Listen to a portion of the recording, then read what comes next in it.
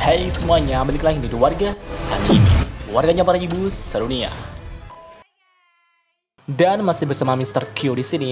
Pada kesempatan kali ini, Mr. Q akan melanjutkan pembahasan dari part sebelumnya, yaitu light novel Tensei Citra Slam Dataken, volume 18, chapter 3, part 7.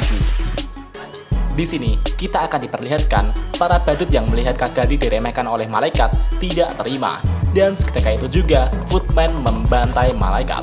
Dan langsung saja, tanpa basa-basi lagi, mari kita mulai.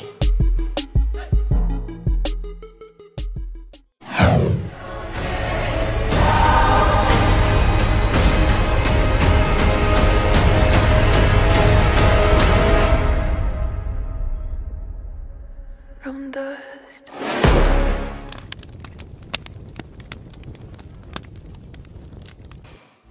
Di chapter 3 ini, scene telah berpindah ke masa lalu.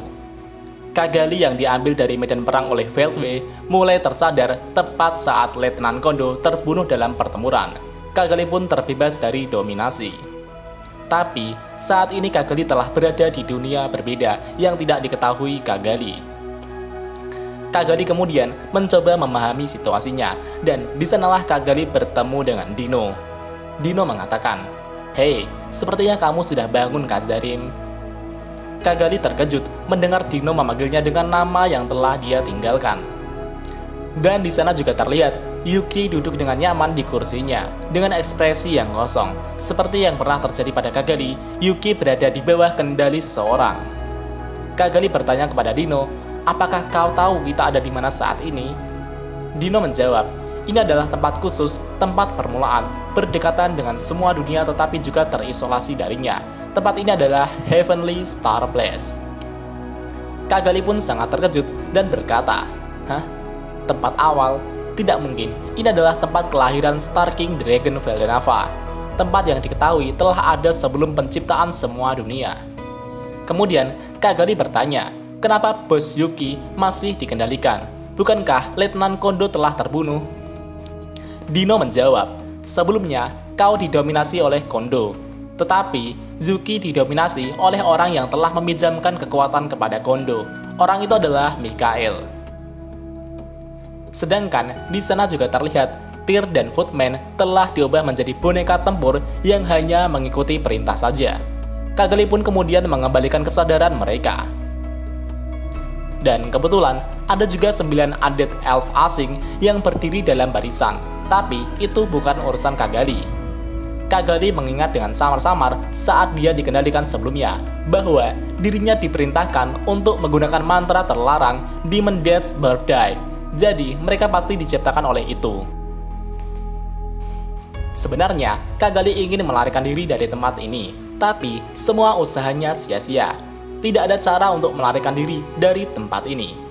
Dan saat itu, seseorang keluar dari kastil dan memancarkan roh yang tak terkendalikan dari tubuhnya, yang menandakan bahwa dia sangatlah kuat. Orang itu berbicara kepada Dino dengan mengatakan, "Bagaimana bisa pria sepertimu begitu ramah kepada sekelompok orang rendahan seperti mereka?" Pria itu memandang rendah Kagali. Identitas pria itu adalah Genom yang telah berhasil bereinkarnasi dengan menggunakan sel pria yang bernama Vega. Pada dasarnya, malaikat sama seperti dengan iblis. Mereka adalah makhluk spiritual yang membutuhkan wadah untuk berada di dunia material. Genom juga salah satu dari malaikat bawaan Zelario. Karena inkarnasinya yang sukses, dia sekarang dapat mengerahkan kekuatannya yang setara dengan Demon Lord Seed. Dari sudut pandang Genom, Kagali yang hampir sama seperti manusia tidak lebih dari setitik debu. Genom berkata, "Kau Kagali kan? Kau hanyalah alat untuk meningkatkan kekuatan kami. Kau tampaknya telah mendapatkan kembali kehendak bebasmu setelah kematian Kondo." Dino mengatakan, "Kagali adalah kenalan lamaku." Tapi, bagi Genom, Dino adalah salah satu dari Primordial Angel, sosok primordial bahkan seperti dewa bagi Genom. Karena itu, sikap Kagali tak bisa dibiarkan. Bahkan, jika Dino mengizinkannya, itu juga akan mempengaruhi status Zelario jika dibiarkan. Karena berpikir demikian, Genom akhirnya memutuskan untuk menggunakan kekerasan. Genom kemudian menembakkan serangan kepada Kagali yang sedang duduk di kursi.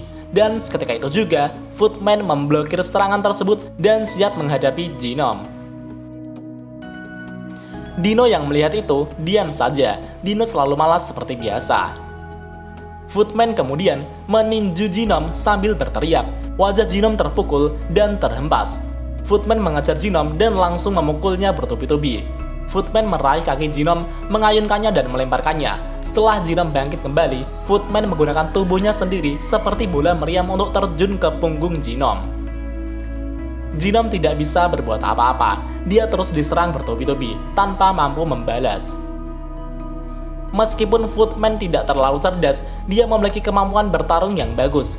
Jika Genome mendapatkan sel Vega, dia akan beregenerasi setelah terkoyak ataupun terluka. Footman secara naluriah tahu bahwa serangan seperti itu tidak ada artinya. Jadi, dia bertarung dengan mengumpulkan kerusakan dan menguras stamina-nya. Genome terkejut dengan Footman yang jauh lebih kuat dari yang dia bayangkan. Genome bergumam, bagaimana ini bisa terjadi? Bagaimana bisa aku seorang Jenderal Phantom lebih rendah dari orang yang tidak dikenal ini? Genome bertanya, siapa kau sebenarnya? Aku adalah anggota badut moderat, Footman si Angry Pierrot. Senang berkenalan denganmu. Footman membungkuk dengan rendah dan memberitahukan namanya dengan sopan. Sikap santai ini mengejutkan Genome. Kemudian, Tyr juga berkata, aku juga akan menyebutkan namaku. Namaku adalah Tyr. Tyr si Teardrop dari kelompok badut moderat. Tyr berkata, setelah Footman, kau harus bermain denganku. Meski tidak sekuat Footman, Tyr juga cukup kuat. Unik skillnya adalah kartu truf yang ganas. Pertarungan Footman dengan Genome masih berlanjut, sedangkan Tyr bersedia menunggu kesempatannya. Sambil menantikan saat-saat itu, Tyr terus mengawasi pertarungan Footman. Serangan Footman telah dimulai, meninju, menendang, dan membanting. Seperti kucing yang menggoyangkan tikus, Footman sedang memburu Genome. Genome mulai tidak sabar, sedangkan Footman dan Tyr menertawakannya. Di sisi lain, Cagalli mengawasi mereka dan menganalisa situasi dengan tenang. Cagalli menyadari bahwa Genome hanyalah malaikat dengan pangkat yang rendah. Meskipun begitu, malaikat atau iblis tidak dapat dihancurkan secara fisik. Mereka akan hidup kembali, bahkan jika Genome terbunuh di sini. Cagalli juga menyadari bahwa dirinya tidak mungkin dapat melarikan diri dari tempat ini. Ini adalah dunia tertutup yang disebut Heavenly Star Place.